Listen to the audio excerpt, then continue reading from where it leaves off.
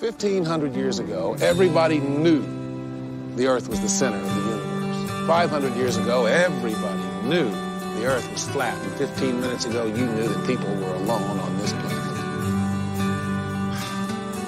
Imagine what you know tomorrow.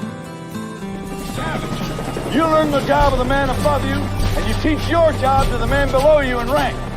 That goes for every man in this outfit, understood? Yes, sir!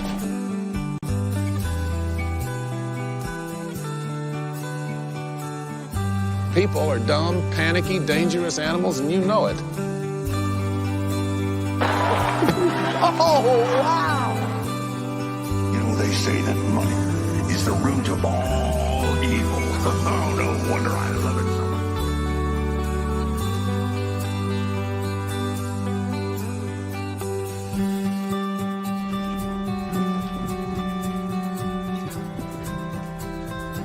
No way.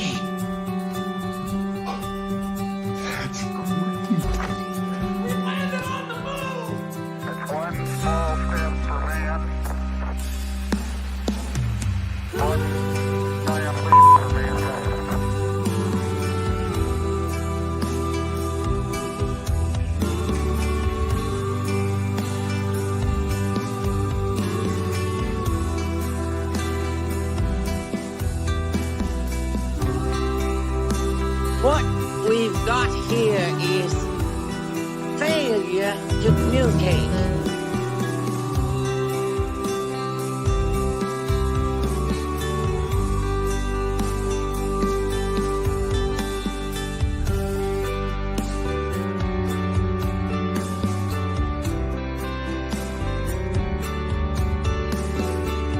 We'll be landing under fire, gentlemen. Men will die.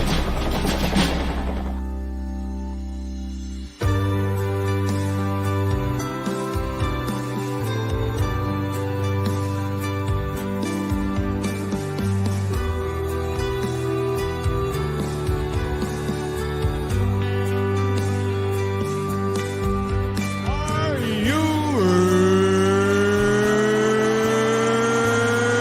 ready? For the thousands in attendance and the millions watching around the world, ladies and gentlemen, let's get ready to rumble!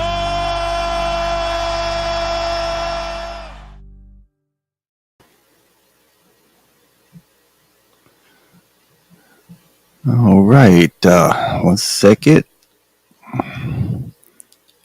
All right, hello everybody. Good evening. It's good to see y'all. Justin Johnson, Piano Matron Nini. I saw y'all in the chat. Welcome. Good to see y'all. I got a couple of things that I want to cover tonight. One of them's not going to take us very long, but it's kind of odd how I was just telling just the other day about how I honestly don't want to say it again, but how certain bodies were found just outside of my hometown, and how it was pointed at the law enforcement for putting them there. But anyway, it's good to see everybody. I have had a great week. I went to work. I'm driving a skidder, which I love. I'm actually pretty glad I'm not back on the loader. And I hope everybody can hear me fine. I think I actually have sort of figured out my sound, but I don't know if I got it right or not. But anyway, yes, I'm driving a skidder, and I love it. I almost got stuck today. We been having some rain, so thank you very much, Piano Matron Nini. Thank you for letting me know that. But yeah, we had some rain over the weekend, and we go back to work today, and I was going to go around and look to make sure we got all the wood off the ground that was cut, and I got off one of them hollers, and I couldn't get out. I tried about I don't know, 5 or 6 different ways. It just wouldn't go. Get right to the top of the hill and just spin out. And before I tore anything up or messed anything up, I just called the boss man and said, look, bring another skidder out here. I don't even want to tear nothing up. But anyway, everything worked out. We're starting to move equipment from where we're at, and it's going to be raining. It's raining right now. That's why I have the background. And I think this is, where was that? I think this is supposed to be lightning. It doesn't look like lightning to me, but anyway. Yeah, it's flooding down rain. So probably won't work tomorrow. But that's okay. That's okay. I have not touched my book over this week. It's not that I haven't wanted to, but I have just had so much going on and not a lot of time in the evenings to really do much of anything. And plus, I'm trying to get my sleeping arrangements set back up right, where I'm getting up at 4:30, 5 o'clock in the morning and stuff. And by the time I get home, I'm just ready for a nap, but I'll get out of that. I'll get more used to it. Good to see you, Tanya Sparrow. Good to see you. Thank you for joining. Shalom to you. So anyway, I'm kind of running behind on my book just a little bit, but I will be getting back to it. Pretty cool thing happened during the week. There's a little store between here and where we're working at, and we stopped there in the mornings, and I'm not going to eat the stuff that they cook there because it's all pork, and I just don't do that. And anyway, I got a biscuit, but I got to talk to the lady there, and I can't remember exactly how the conversation got there, but we got to talking about the law of Yah, basically the Torah, or the way she referred to it's the Old Testament. And yeah, I don't know really how else to say it, but whenever a black lady gets excited about something, you just about ain't going to get a word in. So I didn't really try. I talked with her for a few minutes there, and she was pretty set. It was set in stone that Torah, that Old Testament, was done away with. And the more she said it, the louder she got. So anyway, I got home that evening, and it just kind of was put on my heart. Write out the verses. That can't hurt nothing. So here I am. I'm looking for one sheet of paper in my notebook that is actually clean enough for me to write a few verses on, right? So anyway, I finally found one, and I'm writing a couple of verses. I said, well, I better explain this one just a little bit so you'll know where I'm coming from. Well, I explained that one a little, and then I said, I better explain this next one. Next thing you know, I've got like 7 pages of notes that I done wrote for this lady. But I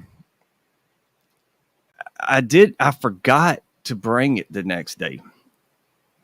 And I do believe that the adversary is trying to get in the way here, because I forgot it that day. I forgot it the next morning. And we stopped at the store, and when I walked in, she was really happy to see me. She yelled across the store, "Hey, how you doing?" And pretty glad that she wasn't mad or nothing, right? Because a lot of people get really upset about that stuff. So anyway, I kind of walked back there, and I let her know. I said, "Look, I wrote something out for you." I said, "But I forgot it at home. Are you going to be here tomorrow? I can give it to you tomorrow." And I don't really know if she said she was going to be there or not, but she wasn't there the next day. And wait a minute. Now I'm kind of getting mixed up. I didn't see her the next day, or I didn't see her today, actually, but I did bring it today. And I started to leave it, but I wanted to make sure it got to her. But there'll be another chance, even if I got to go up there myself and hand it to her. I'm not going to let the adversary get in my way here. What else? Other announcements? Yes, big announcement, folks. The live stream is moving to Sunday mornings. I can't get home in time to set everything up like I need to on Monday evenings. So it's not that I'm really forced to move it, but it would work out so much better for me to do it on Sundays. And another thing is, I'm going to be going live at 10 o'clock in the morning. And I got to thinking, well, why am I doing this on a Monday when nobody is searching YouTube for anything to do with biblical stuff, unless they're like me and just that's all they want to listen to or that's all they want to do. And what I find that there's not a lot of people out there that do that. So I figure, well, that's normally when people are going to be looking for something on YouTube or television, like a televangelist or something like that. So maybe it might help me out with the algorithms a little bit too. And also, if I'm going to be refuting these mainstream preachers, then why not just get in there and get in there with them? You know, get in the ring, as Guns N' Roses says, get in the ring. Yeah, so it's going to be moving to 10 o'clock a.m. Sunday Central Standard Time. So that would be 11 o'clock Eastern, 10 o'clock Central. I think I'm right on that. I think that's right. Yeah. I have to think about it sometimes when it gets on the time zones. So anyway, this coming SUN Day, I should be going live. And last week's Torah portion was so good that I think I'm going to start covering little aspects of each week's Torah portion each week. And I'm going to try that this evening and see what y'all think about it. See if y'all like it. And we might do some stuff like this. Now, one of the reasons that I'm sharing the about the Torah portions last week is because there's a pretty big topic, and it's very controversial. But I wanted to share the things that I saw. It was kind of brought to my attention last year during this Torah portion, but for some reason it just kind of dawned on me this time. And I had looked into it a little bit, but I wasn't real diligent with it. I've been looking into the Revelation stuff a lot, and that's kind of taken up most of my time. So I haven't really had a chance to go into detail on this particular topic yet. But I think it's going to be pretty interesting, and I hope folks aren't too big of a Jubilees fan. Let's just put it that way for now. But the first thing I wanted to cover, it's a little different topic. Let me see if I can remember. Yeah, let's see. All right. The first thing I wanted to cover is something that happened. A friend of mine, Dean Wookie, he goes by Over the Bus. If y'all see him in chat, let me know. Thank you, because I'm not going to be able to see the chat for a little while. This was shared with me. Now, I had talked a little bit a while back about over 100 children that were found just outside of my hometown. It was several years ago, but maybe like 12 or 13 years ago or something like that.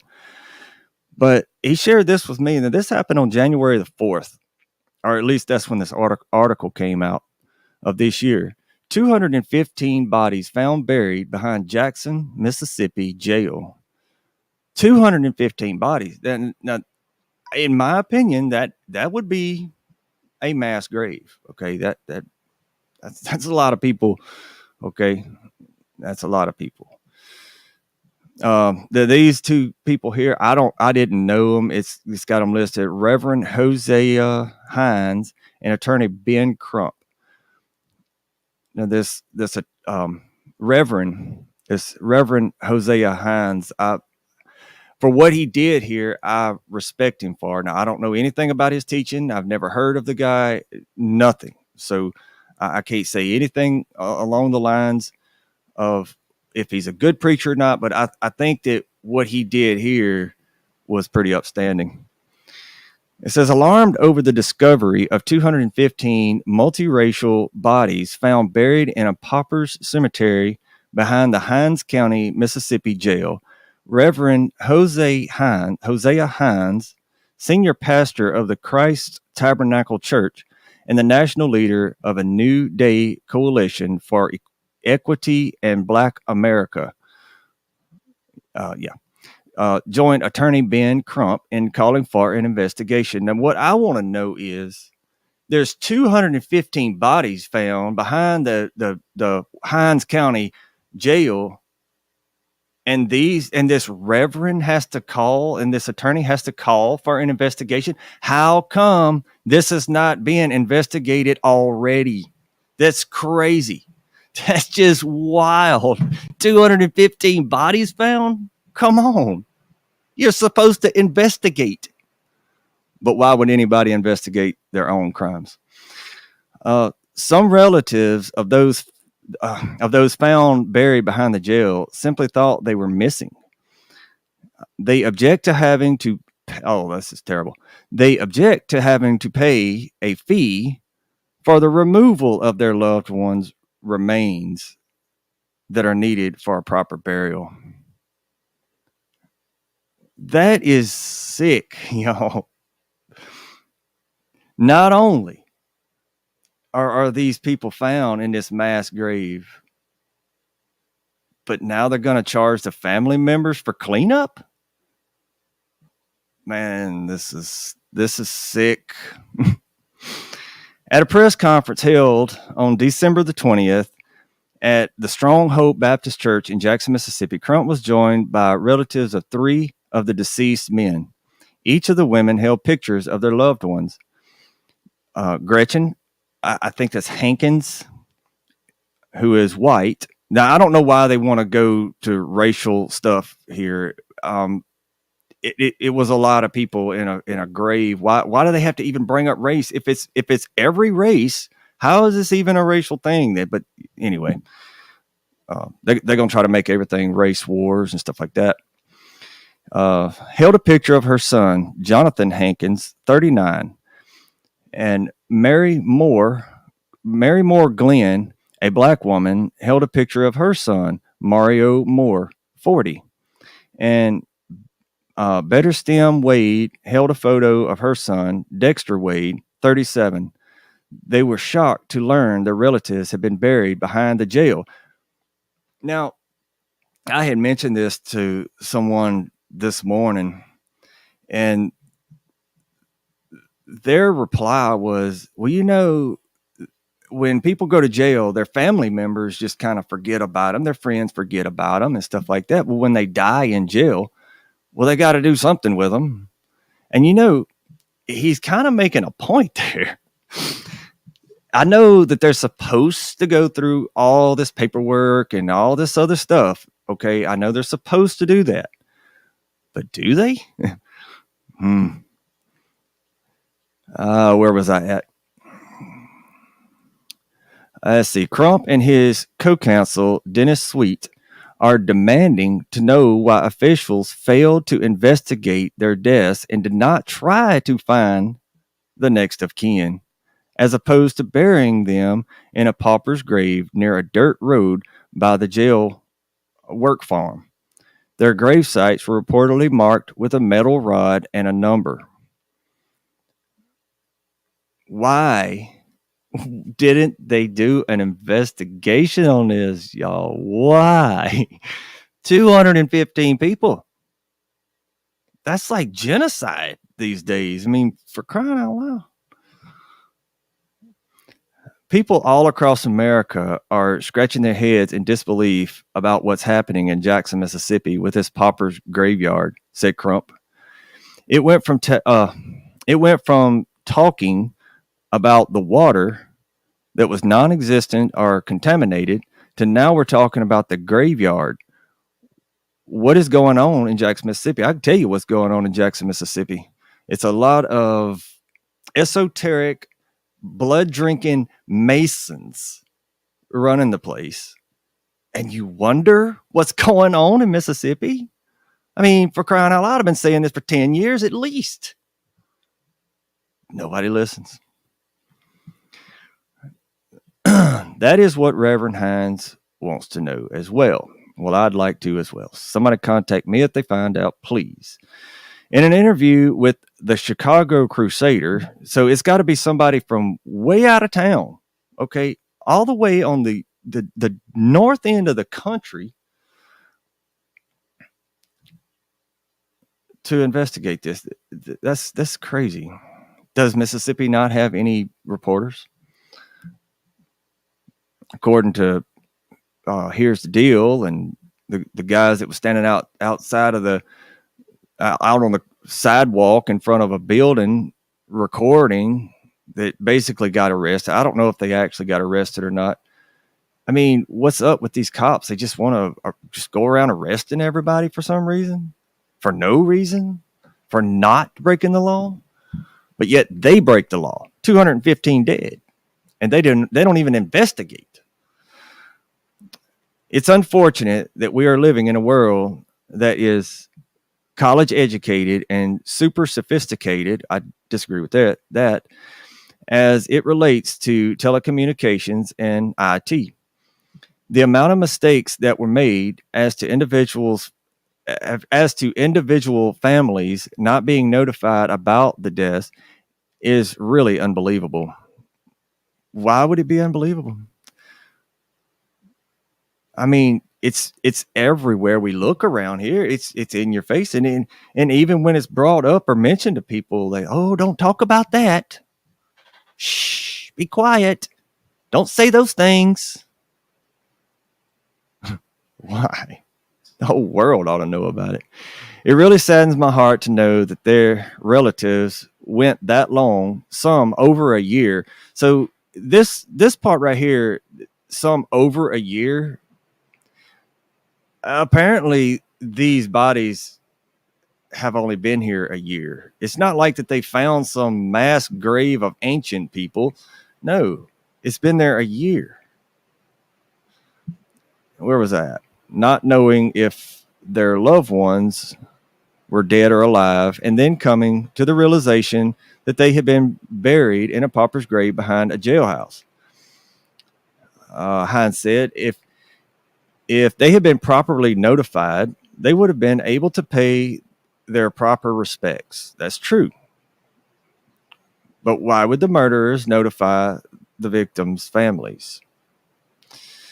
A lot of these things that have happened were not under the watch of Joseph Wade, the chief of Jackson Police Department, Hines stated. He has instituted a new death notification policy that would give relatives information about their deaths and the cause. I'm sure he will, given enough time. I mean, anybody can come up with a good story if you give them enough time to do so. Where was I at? A lot of these things that have happened were not. I done read that. I have spoken with the chief, and he has told me he will implement policies, of course, and procedures, of course, to ensure this won't happen again, and to hold those individuals responsible for what has occurred. Well, sorry, citizens of Jackson, y'all just all became criminals, and y'all are innocent. The citizens of Jackson and Hinds County are innocent. It's the people they have in office that are doing this, and now they're fixing to take it out on the citizens. Watch what I'm saying.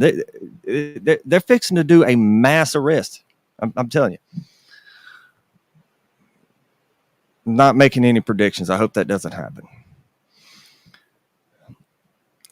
Agreeing with Attorney Crump, Hines said, by the way, it's really bad weather here.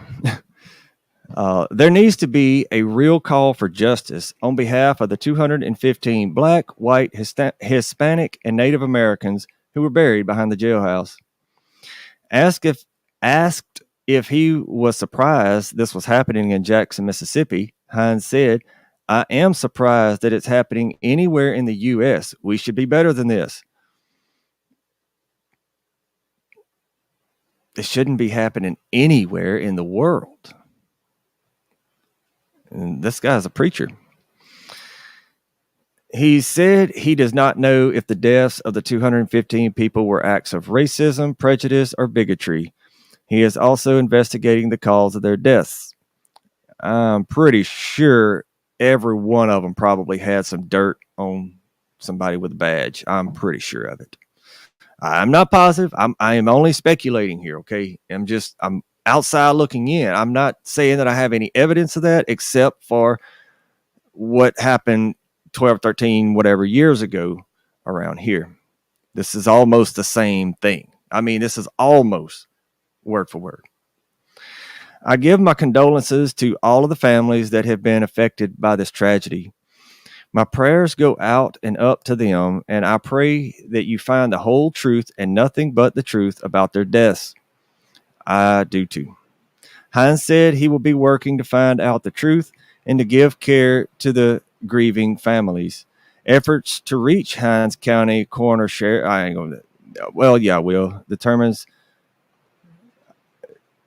Coroner Sharon Grissom Stewart is the coroner's name, if anybody wants to know, to determine the cause of death failed. She did not respond to phone calls or emails. Imagine that.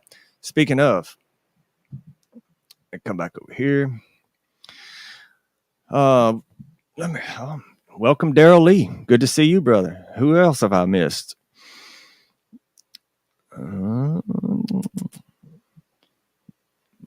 I don't see anybody else I miss, but thank y'all all for coming, though. What was I just about to say?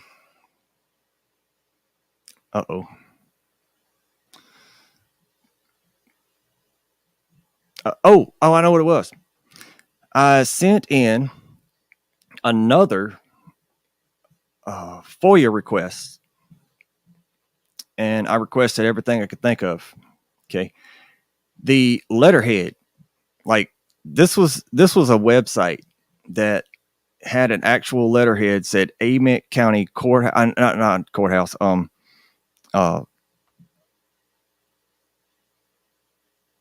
What is like the main building, like the Capitol building of a town, the City Hall?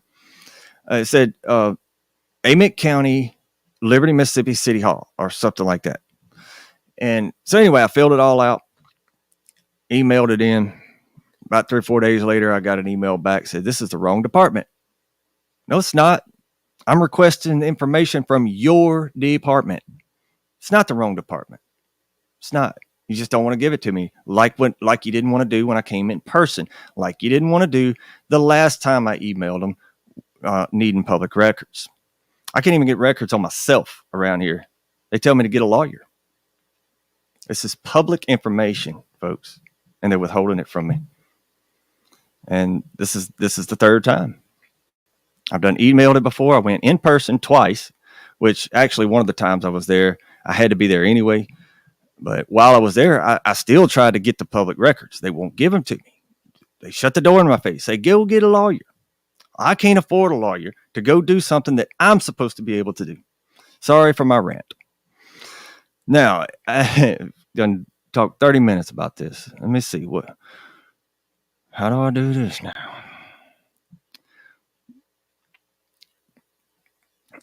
All right. I didn't want to do that just yet. Sorry, I'm messing up, y'all.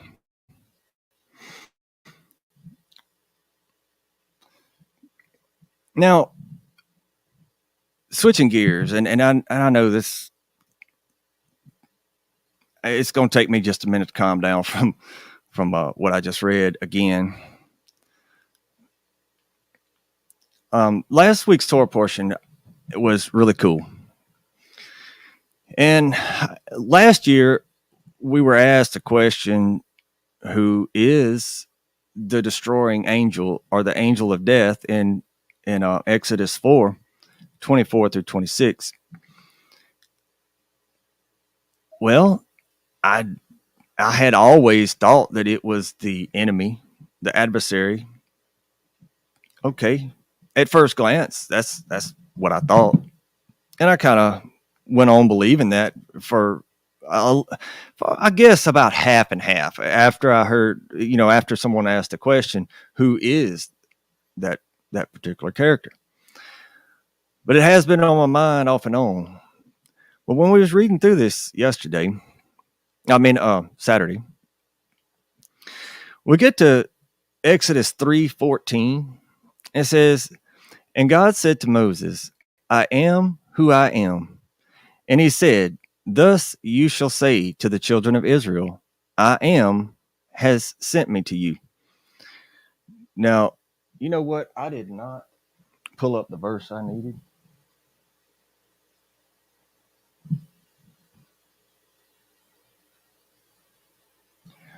Okay, I can do that right quick. Let's see how this works out. I could do this right quick, y'all.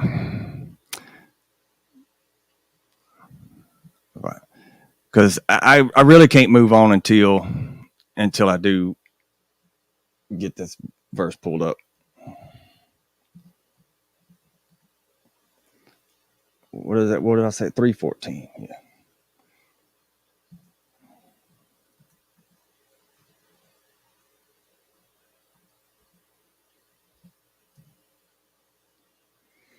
Let's see if we can get this done. All right, quick.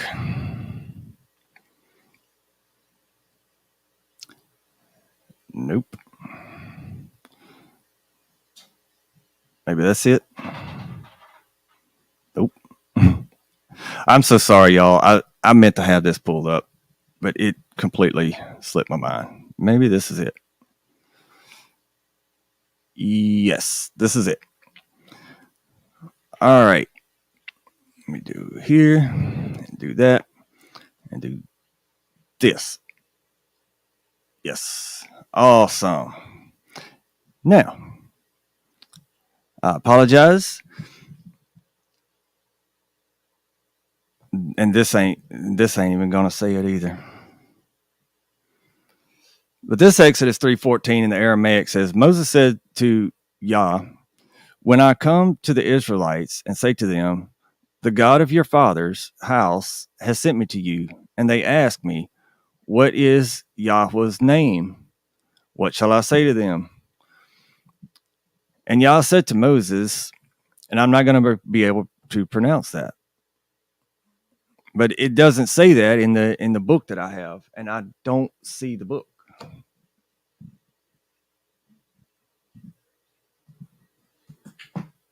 I don't see the book. But anyway, continuing, thus shall you say to the Israelite, Yah sent me to you. Okay, I'm sorry. I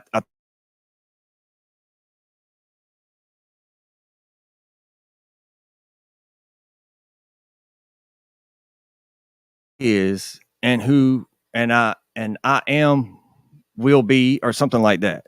Like I am who is and I am will be, or something like that. But the whole point is I'm trying to get at is it doesn't say I am who was. And the Messiah, as we know, is not going to consider himself as he was and is to come, because it's the Father that was and is to come. And maybe we had to go over that some other time, but I just didn't have the right thing pulled up. I apologize. But when we kept moving on, now keeping that in mind, the I am and I will be, or something like that. I am and I will be. Exodus 4:24 through 26. Now this is the actual passage that the whole question came up from.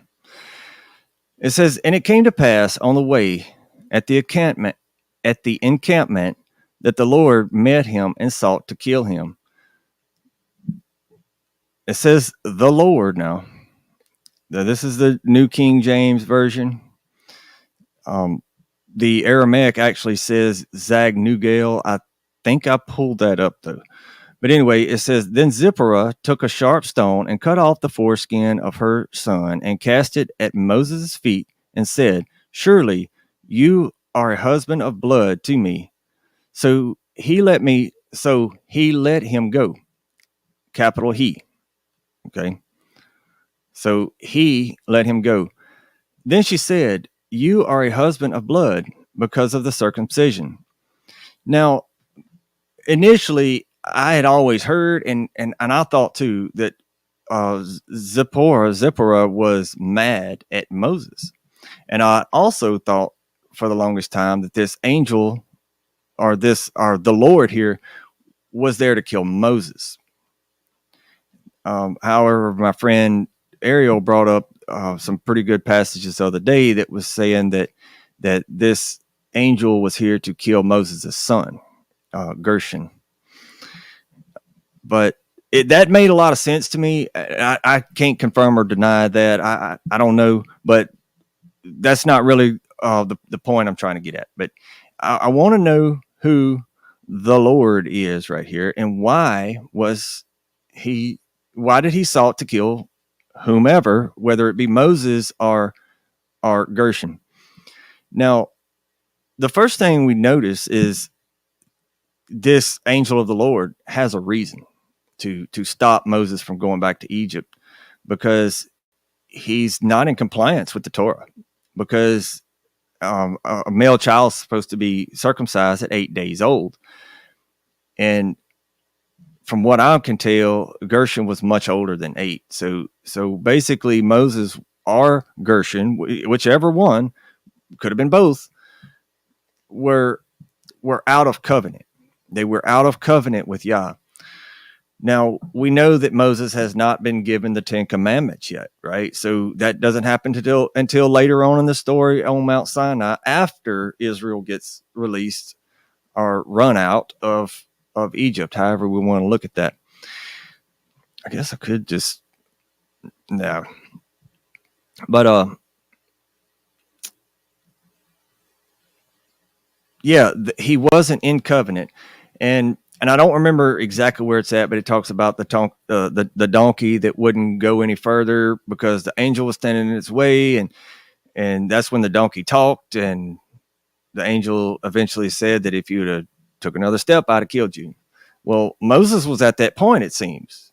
Like, you stop right here. You're not going any further, or I'm killing you. Now, we see...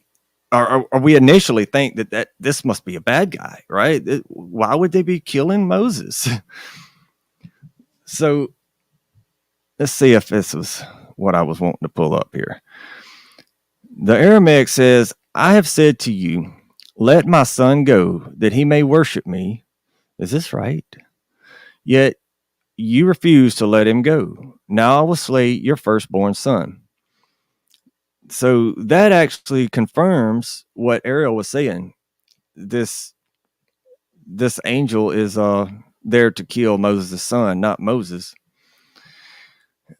At a night encampment on the way, encountered him and sought to kill him.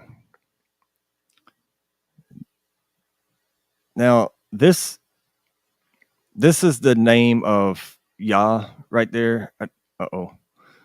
This might mess me up. I don't particularly like this website with this. I don't know what I just did. But anyway, try to keep reading it. At a night encampment on the way, Yahweh, okay, this is the name of Yah, encountered him and sought to kill him. So Zipporah took a flint and cut off her son's foreskin and touched his leg with it, saying, you are truly a bridegroom of blood to me. And when Yah let him alone, she added, a bridegroom of blood because of the circumcision. Now, I don't know. I need to get this. I need to find my book, to be honest. And I don't know what I did with it. It's somewhere around here. I've been using it a good bit. So anyway, this is confirming also that this is this is Yahweh. But I'm wanting to present that this is the Messiah, not the Father.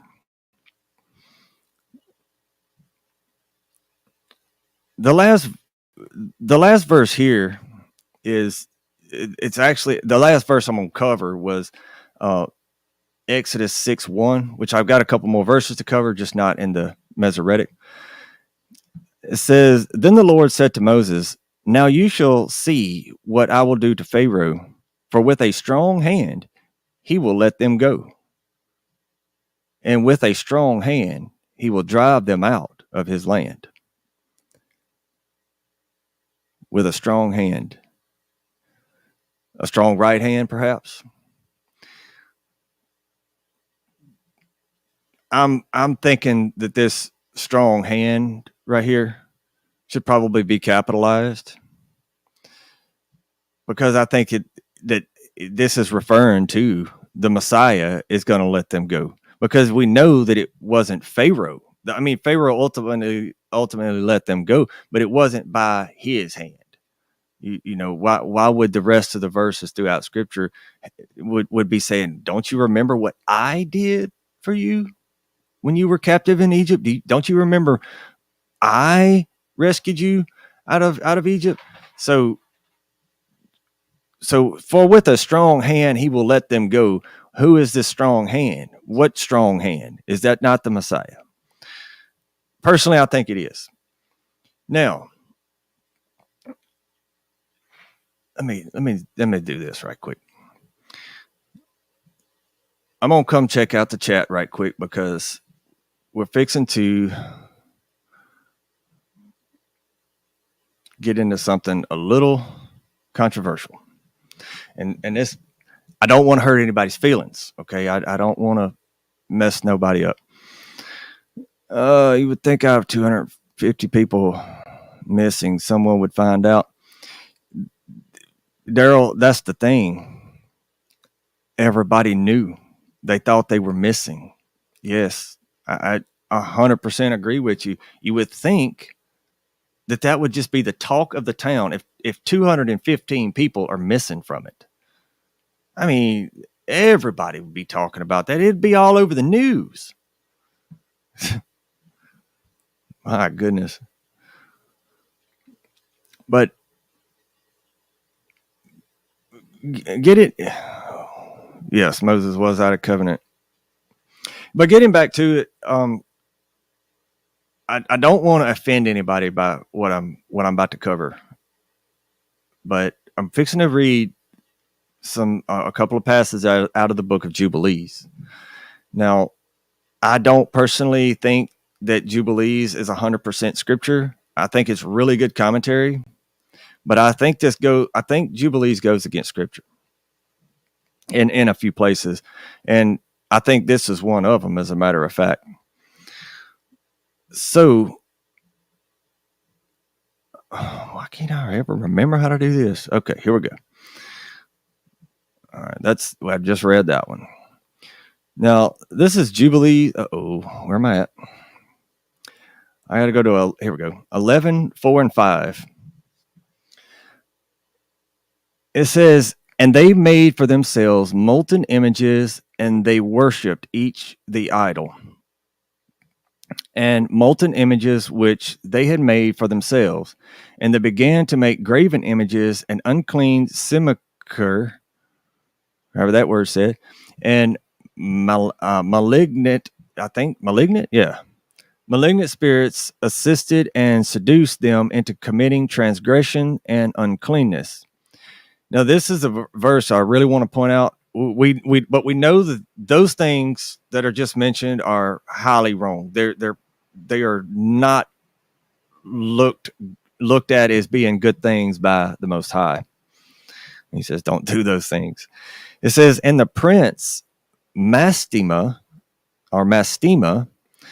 exerted himself to do all this, and he sent forth other spirits, those which were put under his hand, to do all manner of wrong and sin, and all manner of transgression, to corrupt and destroy, and to shed blood upon the earth."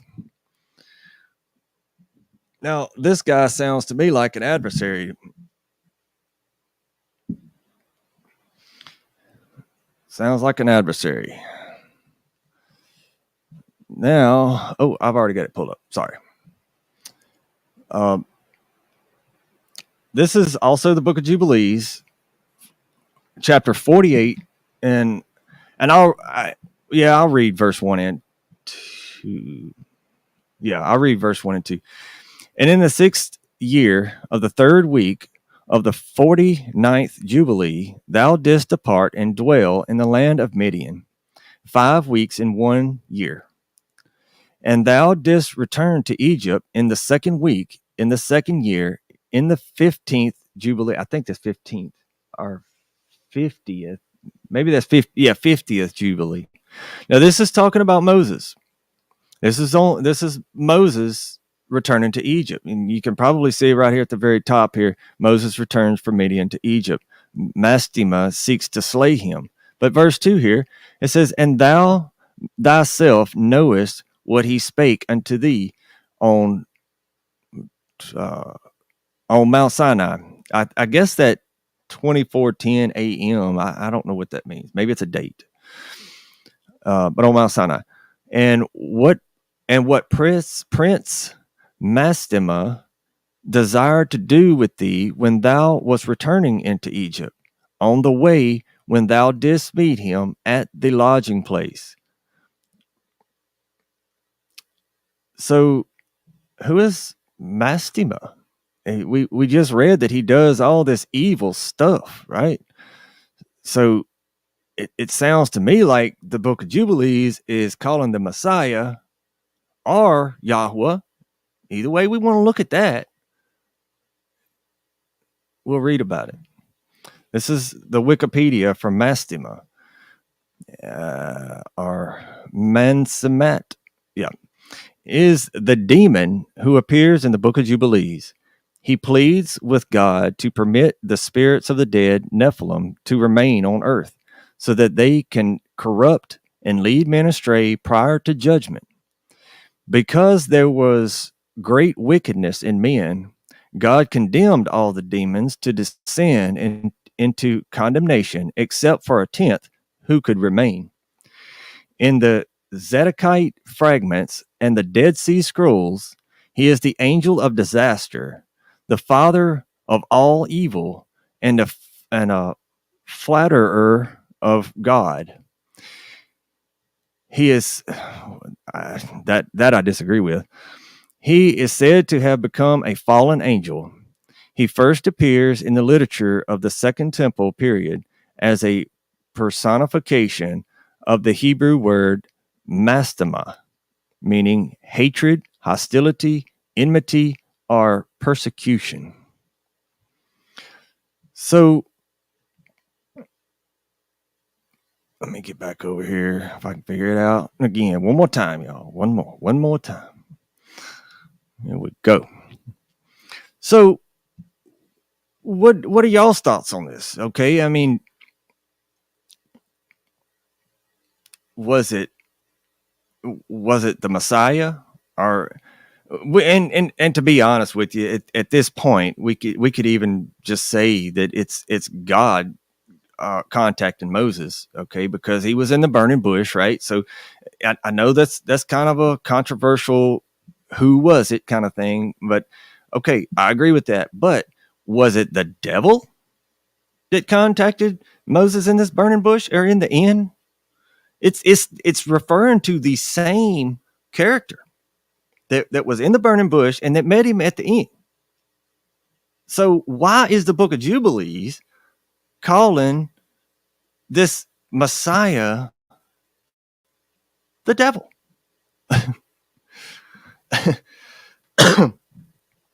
There again, I don't agree with everything the Book of Jubilees says. However, there are some things in it that I do agree with that I think tell a really good story about Scripture. So I don't just say, hey, just throw away the book altogether. No, I don't say that. I would say probably read it like a Stephen King novel. Okay, I mean, Stephen King actually talks about the truth in his books. We just don't realize it. We just don't believe things like that, right? But I personally think that Stephen King is showing us some stuff and talking about some stuff that are real. Just like the 10-foot tall characters in the Miami Mall the other day. And why wasn't that even on the news? I didn't even hear about it until like the 5th or something, almost a week later. I didn't even hear about it. Hundreds of cop cars everywhere. And somebody had to drive them there, so it must have been hundreds of cops too.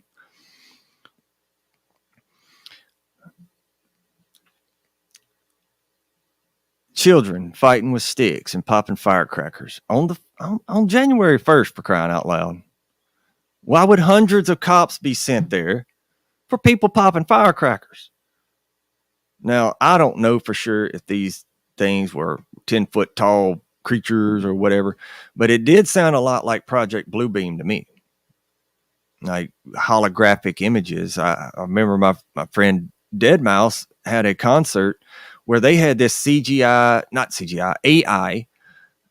head floating above the stage, and it was done with lights and whatnot, I'm guessing. But I asked him about it a few times, and all he really says is it's done with AI. Okay, tell me more. So anyway, I was talking about that the other day, and he overheard. Now they done remove the video. Okay, that doesn't happen with mainstream people now. I mean, look up Deadmau5. The dude's pretty famous. Why would they be removing his video, his music videos? That's a little odd. I don't know. Well, there was something else I was going to say about that, and then I kind of forgot. Let me see what y'all are up to in the chat.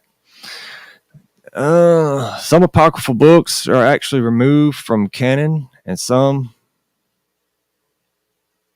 are just texts that are reserved throughout time. I agree.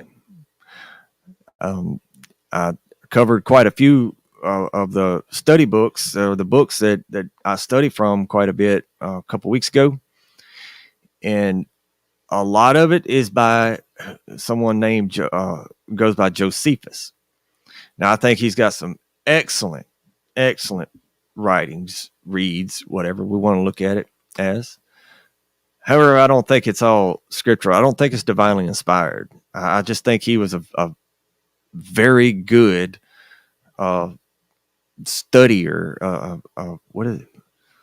Why am I, y'all? I don't normally just forget words like this as often. Okay, I must be tired. But yeah, Josephus was a scholar. That's what I'm looking for. He was an excellent scholar. Kind of think he might have got a few things wrong, but who doesn't? Okay. I definitely get things wrong quite a bit. And I like when people point it out to me when I am wrong.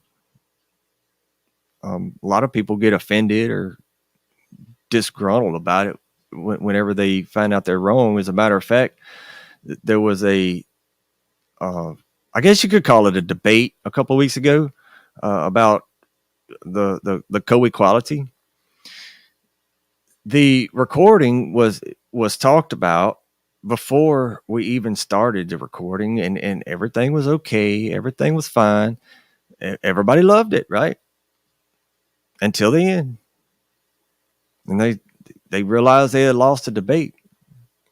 They couldn't show a co-equal Elohim, with the Father and the Son being one. So I don't know if they just got upset, but their friend, and one of my other friends left the Discord server and said, don't post that recording anywhere. Why? But I still actually have the recording. They wanted me to delete it. Not going to delete it, because if the dude is sincere, if he really does go look at these scriptures and try to prove co-equality, then he's going to see that there is no co-equal. There's no co-equality. He's going to see it. And I'm hoping that one day he comes back and says, hey, did you really delete that video? I want to hear it one more time. Here you go, brother. Because honestly, I like to look back on my mistakes and see, look how much I learned from, and hopefully he'll do the same thing.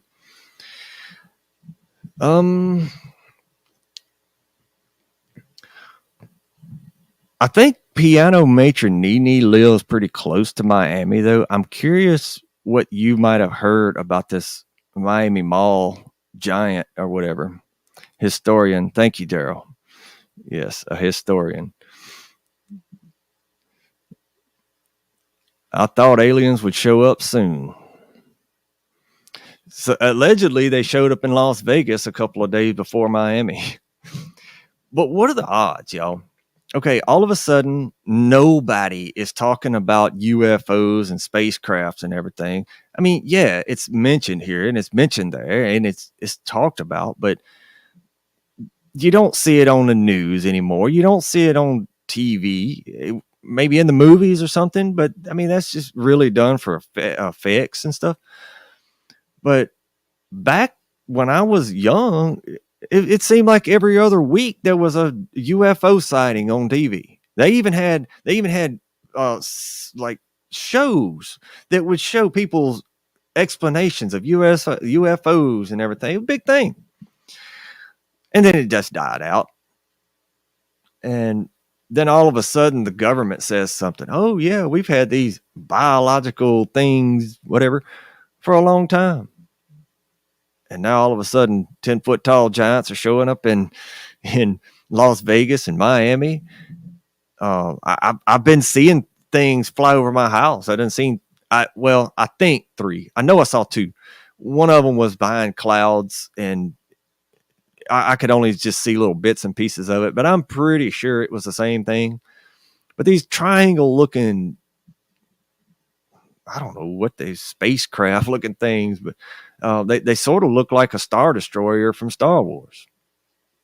They're extremely loud, they're extremely slow, and they're extremely low, unless they're just a lot bigger than what they look to me. But they look like they're really low. And I haven't been able to get a picture of one yet because by the time I do hear it, I don't have my camera set up or nothing. And it's just, I'm rushing out there and it's at nighttime too. And it's really hard to see and stuff like that. So finding it in the camera, that's another issue. And then you never know when they're fixing to come over. But I do notice that for like 2 or 3 days or something, I don't hear any air traffic, like passenger planes or nothing, almost nothing. I probably won't even hear a Cessna fly over. And that's odd around here. I guess I'm kind of in a main traffic lane or something, but who's to say that's not like that everywhere? But the thing is, I don't hear a plane for a couple of days. And then just all of a sudden, one of these things just comes over. And usually a couple hours later, usually about 2, maybe 3 hours later, I start hearing all kinds of air traffic again. It just like normal.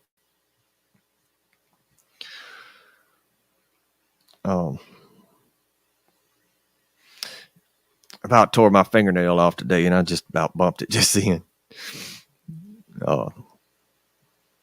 Yeah, it didn't hurt for about 5 minutes, but once it did go to hurt, I knew it.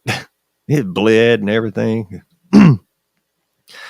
But yeah, all of a sudden the government talks about aliens and spacecraft, and now they just start showing up everywhere again.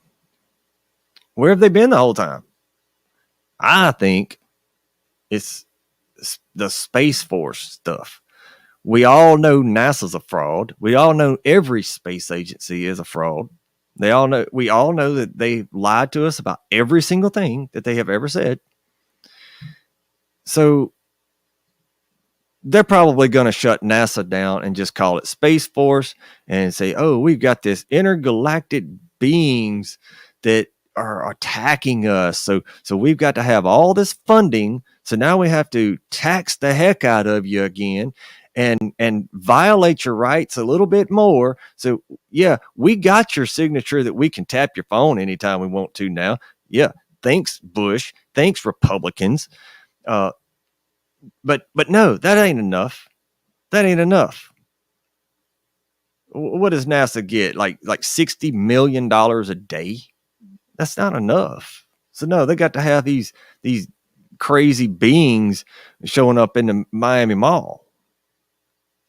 And personally, I think they were just holograms, because all the stories that I heard said that they kept appearing and reappearing, like disappearing and reappearing. And every time they'd reappear, they were closer to them. And even that guy came out later and said that that he was just lying. He wasn't even at the Miami Mall. So I don't know. The fact of the matter is it's being talked about. It's being talked about. I mean, why all of a sudden is it being talked about after 50 years? Just right after the government says something about it. That they couldn't even keep a straight face during the time either. The military people that was telling disclosing everything, they couldn't even keep a straight face. They were laughing. I mean, what? Let's see. I Googled about the Miami Mall story, and let me put that on screen. I Googled about the Miami Mall story, and not one local news agency covered it. One did. One news agency did, but they were the ones talking about the children fighting with sticks and firecrackers. Just New York Times, and I don't know what WEON is. I wonder why no one covered the story. Well, that's my question too. I mean, there's a couple of videos that people took and shared. There's like hundreds of cops, at least 100 cop cars out there. The entire road was shut down and was nothing but cop cars as far as you could see. Doubled up, tripled up, everywhere. And that's another thing. Okay, some of these cop cars were looking directly at this being that they allegedly caught on camera. That, you know, we've got 8K cameras in the world today, but yet we can't get a decent picture of an alien that's in public in front of hundreds of cops who have body cameras, who have dash cameras, who are supposed to be writing reports. Okay, where is all that? Why aren't people just FOIA requesting the heck out of this stuff? Too many cops for some children fighting. Definitely a psyop. Could be a psyop.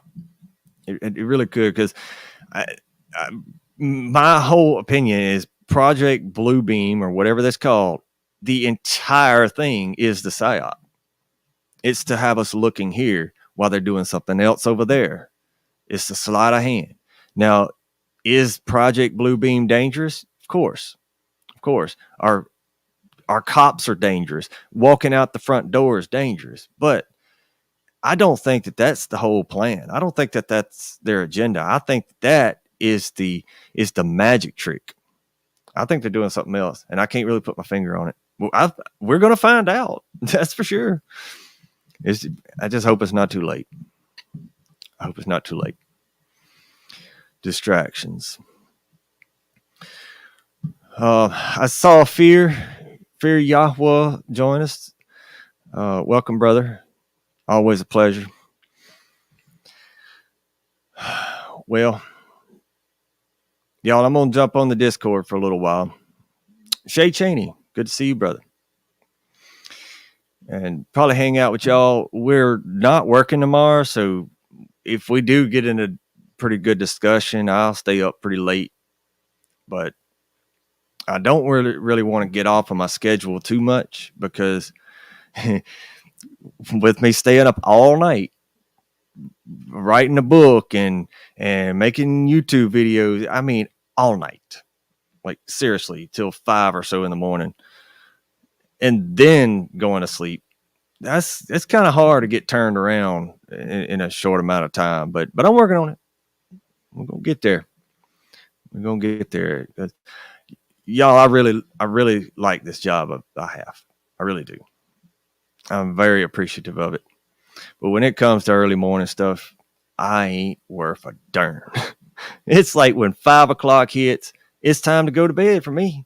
That's when I'm the sleepiest, and maybe other people are too. But I could sleep all night, wake up at 4. At 5 o'clock, I can go back to sleep. I'm not joking, and sleep well. But if I sleep from like 10 in a day or something like that to 10 at night, it ain't no going back to sleep after that. Not for me. Not till 5 o'clock in the morning. Not till 5 a.m. But anyway, I hope y'all can probably join us in the Discord for a little while and maybe talk about y'all's week. Or it's still lightning around here, so I'm hoping my power stays on. And yeah, this is fake lightning. That's like that one right there. That's fake. That don't even look real. I remember keeping a schedule like that in bed by 8. Oh, if I got in bed by 8 o'clock, it ain't no way. Golly, I'd be up at 2 o'clock in the morning, 3 o'clock in the morning. Yep. But thank y'all all for coming. And oh, I forgot to I forgot to play the outro last week again. Y'all got to tell me. I can't remember this stuff sometimes, but I will remember this time. Gonna play the outro, but hopefully we'll see y'all in the Shay Cheney. You driving in the rain near Brookhaven, Mississippi? You're an hour from me, man. Won't you come by for a minute? But anyway, much love and many blessings to y'all. Sorry about not playing the outro last week. I'm gonna get this right eventually. It's a learning process too. But thank y'all very much for coming and hanging out with me and giving me a reason to do this. I love y'all. I really do. And I love talking with y'all. And hopefully we can see y'all in a little bit. But much love and many blessings. I know I've said it 5 times now. And peace.